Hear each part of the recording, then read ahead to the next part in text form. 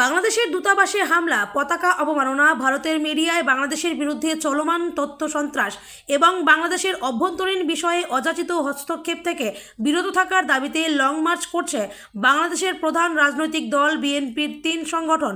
বুধবার ঢাকার নয়াপল্টনে বিএনপির কেন্দ্রীয় কার্যালয়ের সামনে থেকে সকাল ৮টায় এই লং মার্চ শুরু করে ছাত্রদল, যুবদল ও স্বেচ্ছাসেবক দল। বাংলাদেশের সর্বস্তরের ছাত্র, যুবক এবং স্বেচ্ছাসেবী জনতাকে এই লং মার্চে অংশগ্রহণের আহ্বান জানানো হয়েছে। কেন লং মার্চ করছেন?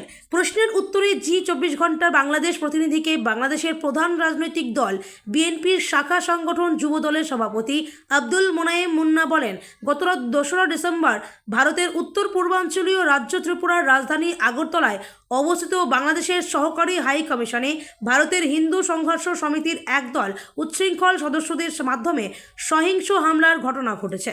উচ্ছৃঙ্খল সন্ত্রাসীরা বাংলাদেশের জাতীয় পতাকা অবমাননা করেছে, মিশনের সম্পদ বিনষ্ট করেছে। আমরা ছাত্রদল, স্বেচ্ছাসেবক দল এবং যুবদল মনে করছি, বাংলাদেশের কূটনৈতিক মিশনের সহিংস হামলা বাংলাদেশের স্বাধীনতা ও সার্বভৌমত্বের ওপর আঘাতের শামিল। বাংলাদেশে জুলাই আগস্ট গণ অভ্যুত্থানের পরে ভারতের মিডিয়া বাংলাদেশের বিরুদ্ধে লাগামহীন প্রোপাগান্ডা ছড়াচ্ছে। উল্লেখ করে যুবদল সভাপতি বলেন, গণ অভ্যুত্থানের পরিপ্রেক্ষিতে জাতীয় ঐক্যমতের ভিত্তিতে গঠিত ছাত্র জনতার সরকারের বিব্রত করার উদ্দেশ্যে তারা ক্রমাগত ভিত্তিহীন এবং কল্পনাপ্রসূত খবর প্রচার করছে। তাদের অপপ্রচার এবং গুজবের কারণে আন্তর্জাতিক শান্তি ও নিরাপত্তা বিঘ্নিত হওয়ার আশঙ্কা তৈরি হয়েছে, যা একই সঙ্গে ভারতের সংবিধানের ৫৫টি অনুচ্ছেদের পরিপন্থী।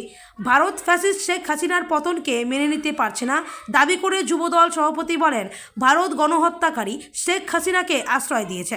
গণহত্যার দায়ে অভিযুক্ত আরও অনেক ব্যক্তি ভারতে আশ্রয় নিয়েছে। ভারত এখন বাংলাদেশি ক্রিমিনালদের আশ্রয় কেন্দ্রে পরিণত হয়েছে।